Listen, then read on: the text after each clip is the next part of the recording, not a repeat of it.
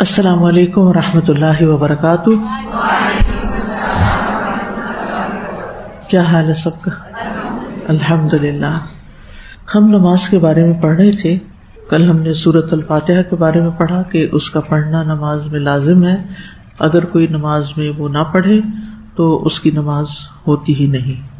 آج ہم رکوع کے بارے میں پڑھیں گے کہ جب سورۃ الفاتحہ پڑھ لی جائے اور اس کے بعد کوئی سورت ملا لی جائے تو پھر انسان رکوع میں جاتا ہے۔ رکوع میں کیسے جانا چاہیے اور اس وقت کیا پڑھنا چاہیے؟ سب سے پہلے یہ کہ رکوع میں جاتے ہوئے ہاتھ اوپر اٹھانے چاہیے اور اللہ اکبر کہہ کے رکوع کی طرف جانا چاہیے۔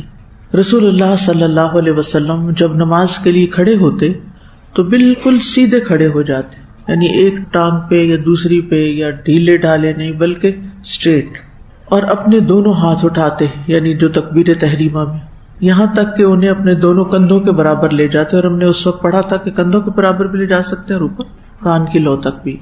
پھر جب آپ رکوع کا ارادہ کرتے تو اپنے دونوں ہاتھ اٹھاتے، یعنی رکوع پہ جاتے ہوئے پھر دونوں ہاتھ اٹھاتے یہاں تک کہ انہیں اپنے دونوں کندھوں کے برابر لے جاتے، پھر اللہ اکبر کہتے اور رکوع کرتے۔ یہ سنن ترمذی کی روایت ہے۔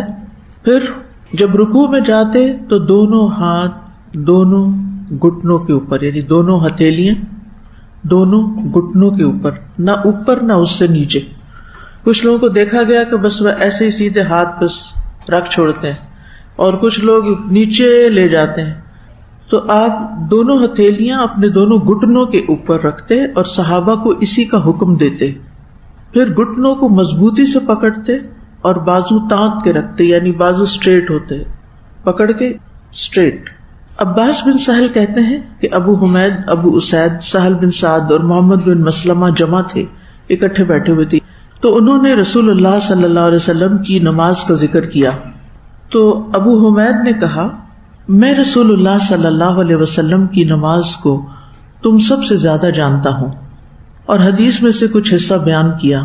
پھر آپ نے رکوع کیا، یعنی نبی صلی اللہ علیہ وسلم کے رکوع کا طریقہ بتایا کہ کس طرح آپ نے رکوع کیا، اور اپنے ہاتھوں کو اپنے گھٹنوں پر رکھا گویا انہیں پکڑے ہوئے ہوں، یعنی صرف آپ نے گھٹنوں پر رکھ نہیں دینے ہاتھ، بلکہ ہاتھوں سے گھٹنوں کو پکڑنا ہے، اور اپنے ہاتھوں کو تانت بنایا، یعنی سیدھا اسٹریٹ رکھا، اور اپنے ہاتھوں کو اپنے پہلوؤں سے دور رکھا، یعنی چپک کے نہیں کیا رکوع، بلکہ ہاتھ ہٹا کے رکھے، گھٹنے پکڑ کے رکھے، اور کمر سیدھی رکھی، انگلیوں میں فاصلہ رکھا، ایسے کر کے نہیں پکڑنا بلکہ نیچرل انداز میں جتنا ہاتھ کھلا ہوتا ہے۔ سنن نبی داؤد کی روایت ہے کہ آپ جب رکوع کرتے تو اپنے ہتھیلیوں سے اپنے گھٹنوں کو پکڑ لیتے اور اپنی انگلیوں کو کھول لیتے، سر نہ زیادہ جھکانا نہ بلند رکھنا۔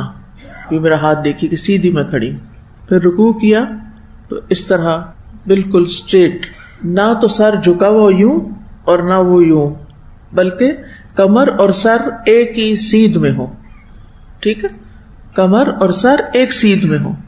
آپ دوسروں کو کر کے دکھا سکتے ہو، دوسرے آپ کو بتا سکتے ہیں کہ آپ کا اینگل درست ہے یا نہیں، ٹھیک ہے۔ سنن ابن ماجہ کی روایت ہے، پھر آپ صلی اللہ علیہ وسلم رکوع کرتے اور اپنی ہتھیلیاں اپنے گھٹنوں پر مضبوطی سے رکھتے، رکوع کے دوران نہ اپنا سر بہت زیادہ جھکا دیتے اور نہ بلند رکھتے، بلکہ اعتدال سے رکوع کرتے، اور جب رکوع مکمل ہو جاتا تو سمع اللہ لمن حمدہ کہہ کے کھڑے ہوتے۔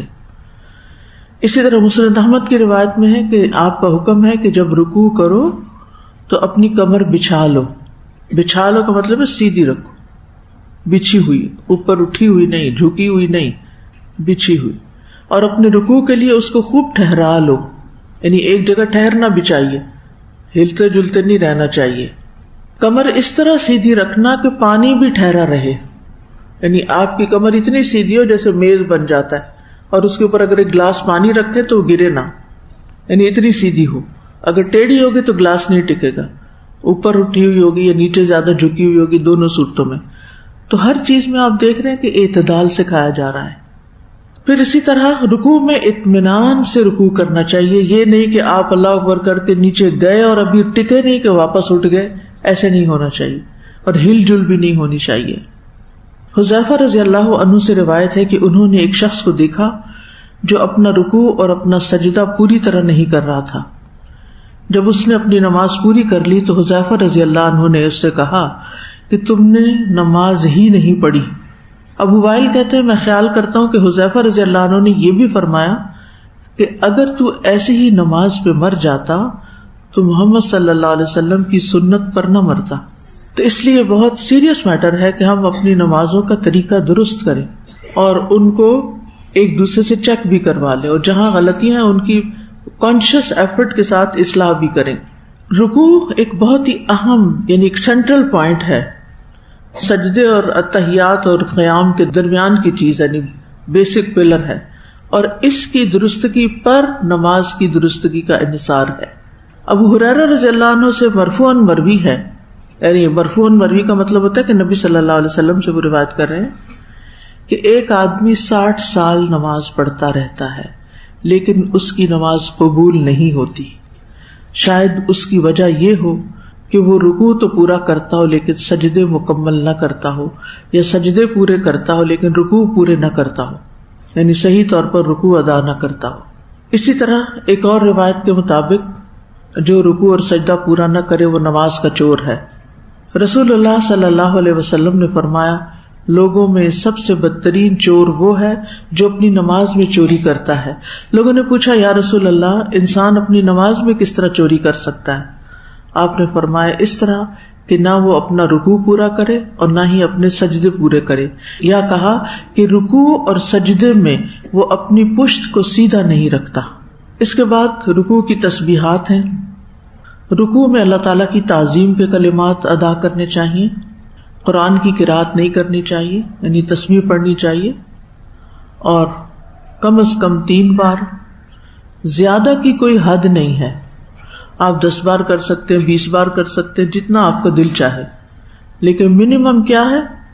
3 بار، 3 ٹائمز تو لازم ہے۔ اور کمال اس کا ہے 10 بار پڑھنا، یعنی اگر کوئی 10 بار پڑھتا ہے تو وہ ایک بہت ہی عمدہ فعل اختیار کرتا ہے۔ خاص طور پر آج کل جیسے قیام اللیل ہے اور آپ کو طویل نماز پڑھنی ہوتی ہے تو صرف کھڑے ہو کر ہی طول نہ پکڑے بلکہ رکوع میں بھی زیادہ تسبیحات کہیں، عام معمول سے ہٹ کر۔ سعید بن جبیر کہتے ہیں میں نے انس بن مالک کو کہتے سنا کہ میں نے اس نوجوان یعنی عمر بن عبدالعزیز سے بڑھ کر رسول اللہ صلی اللہ علیہ وسلم کی نماز کے مشابہ کسی کی نماز نہیں دیکھی۔ تو ہم نے ان کے رکوع میں 10 تسبیحوں کا اور سجدے میں بھی 10 تسبیحات کا اندازہ لگایا۔ تو یہاں 10 کا لفظ ملتا ہے۔ سب نے بچپن سے کیا سن رکھا ہے؟ بس 3 بار پڑھنے، اور زیادہ زیادہ پھر کیا بتا دیتے ہیں کہ یا 5 یا 7 ٹائم، 10 تک نہیں جاتے، اور لمٹ ہی نہیں، اس تک تو کوئی جاتا ہی نہیں۔ تو یہ معلومات وہ ہیں جو عوام الناس کو پتہ نہیں، شاید خواص کو پتہ ہوں جن کی نمازیں بہت اچھی ہیں اور وہ اس کا اہتمام بھی کرتے ہیں، لیکن علم سیکھتے رہنا چاہیے کیونکہ علم کی کوئی حد نہیں ہے۔ رب زدنی علما۔ اور یہ بھی کمال میں سے ہے کہ قیام کے مثل رکوع میں تسبیحات پڑھی جانی، جتنی دیر آپ کھڑے ہوئے ہیں اتنی دیر کا رکوع کریں اور اتنی دیر کا سجدہ کریں اگر پاسبل۔ یہ آپ تنہائی میں تو کر سکتے ہیں، جب آپ جماعت کرا رہے ہوں تو اس وقت ایسے کام نہ کریں، کیونکہ آپ تو اکیلے کر کر کے اپنا اسٹیمنا بلڈ کر چکے ہیں کہ بہت دیر آپ رکوع کر سکتے ہیں، بہت دیر آپ سجدے میں بھی رہ سکتے ہیں۔ لیکن جن کو عادت ہی نہیں، جو تو صرف ہلتے جلتے نمازیں پڑھنے والے ہیں، ان کو آپ نے اتنی دیر روک لیا تو ان کا سانس بند ہو جائے گا، پھر کوئی ایمرجنسی ہوگی تو مشکل ہوگی۔ تو بہتر ہے کہ اس میں آپ عام روٹین کا طریقہ اختیار کریں، یعنی تسبیحات کی حد تک، باقی اپنی پوزیشن اور رکوع کا طریقہ وہ سب درست ہونا چاہیے۔ براء ابن عازب کہتے ہیں میں نے محمد صلی اللہ علیہ وسلم کے ساتھ نماز ادا کرنے میں غور کیا تو میں نے پایا کہ آپ کا قیام، آپ کا رکوع اور آپ کا اپنے رکوع کے بعد معتدل ہونا، پھر آپ کا سجدہ اور 2 سجدوں کے درمیان بیٹھنا، پھر آپ کا سجدہ اور آپ کا اس کے بعد بیٹھنا، سلام کے درمیان اور نماز سے فارغ ہونے تک تقریباً برابر تھے، یعنی جتنا قیام اتنا رکوع، اتنا کھڑے ہونا، پھر اس کے بعد اتنا ہی سجدہ، پھر اس کے بعد 2 سجدوں کے درمیان بھی اتنا بیٹھنا، پھر اس کے بعد اتحیات آخر تک بھی اتنی ہی دیر۔ اب آپ سوچ رہے ہوں گے کہ یہ سارے ٹائمنگز برابر کیسے ہو سکتے؟ کبھی تو ایسے ہم پڑھ ہی سکتے ہیں نا اگر ہر روز کی عادت نہیں بھی. وہ اس صورت میں جب ہمیں دعائیں بھی زیادہ آتی ہوں یا کچھ دعائیں ہم ریپیٹ کر کر کے پڑھ رہے ہوں. تو اسی لیے یہ کتاب آپ کو نماز کے اذکار دی گئی ہے تاکہ اس میں تسبیحات کی جو مختلف ورژنز ہیں وہ آپ سیکھ لیں، اور اگر وہ سب نہ بھی ہو سکے تو جو بھی آپ پڑھ رہے ہیں اس کی کثرت کر دیں. یعنی 2 سجدوں کے بیچ میں جیسے رب اغفر لی پڑھا جاتا ہے تو رب اغفر لی رب اغفر لی رب اغفر لی پڑھتے رہے. پھر دوسرا سجدہ، پھر سجدے میں دعائیں، یعنی سجدے میں تسبیحات کے علاوہ دعائیں بھی پڑھی جا سکتی. اسی طرح جب آپ نے التحیات آخر تک پڑھا، اب اس کو طول کیسے دیں، وہ لمبا کیسے ہو، تو پھر دعائیں زیادہ. اس طرح انشاءاللہ تعالی آپ کی نماز خوبصورت ہو جائے گی. ربنا ولک الحمد حمدا کثیرا طیبا مبارکا فیہ ملء السماوات وملء الارض وملء ما بینہما وملء ما شئت من شیء بعد اہل الثناء والمجد احق ما قال العبد وکلنا لک عبد اللہم لا مانع لما اعطیت ولا معطی لما منعت ولا ينفع ذا الجد منک الجد. یہاں بھی دعا ہے، یعنی ہر سٹیپ پہ دعائیں ہیں.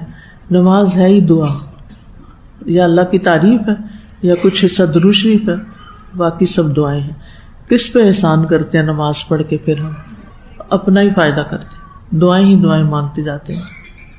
تو اس میں بہت ویرائٹی ہے دعاؤں کی. جتنی اللہ توفیق دے یاد کر لیں تو اس سے فائدہ یہ ہوگا کہ آپ زیادہ سے زیادہ پڑھ سکیں گی.